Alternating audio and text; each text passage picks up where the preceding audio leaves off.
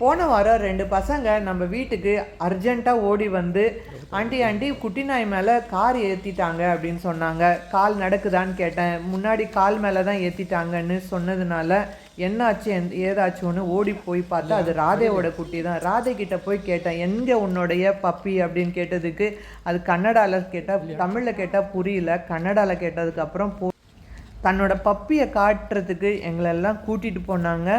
எங்கள் புதருக்குள்ளே கூட்டிகிட்டு போகிறாங்க. எவ்வளோ அறிவு இருக்குது பாருங்கள் இந்த ஜீவனுக்கு.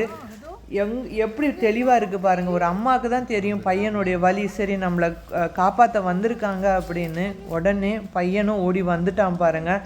நொண்டிக்கிட்டு வர்றான், பாவமாக நொன்றான், அழுகிறான் பாருங்கள். ஆக்சிடெண்ட்டை பார்த்தவங்க சொன்னாங்க வண்டி நல்லாவே ஏறி இறங்கிருச்சுன்னு சொன்னாங்க. அப்போது அவன் உள்ளெல்லாம் நிறைய அடிபட்டிருக்கும் அப்படிங்கிறதுனால இவனை தூக்கிட்டு போய் இப்போ எக்ஸ்ரே பண்ணணும். எக்ஸ்ரே பண்ணதுக்கான அப்டேட்டை உங்களுக்கு அடுத்த வீடியோவில் போடுறேன்.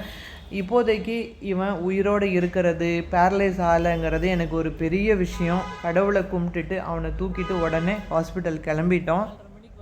காலை பார்த்தா நல்லாவே வீக்கம் இருந்தது. என்னடா இப்படி உடஞ்சிருக்கா ஒன்றும் தெரியல, இங்கே மட்டும்தான் உடஞ்சிருக்கா இல்லை வேறு எங்கேயாவது உடஞ்சிருக்கான்னு தெரியல. டாக்டர்கிட்ட போனால் தான் தெரிய வரும் நமக்கு. ஆனால் ரொம்பவே டல்லாக இருந்தான். இது பயங்கர ஆக்டிவான பப்பி. டல்லாக இருந்தான். இதுலேயே புரியுது, அந்த கண்ணிலேயே தெரியுது பாருங்கள் பயமும் வலியும்.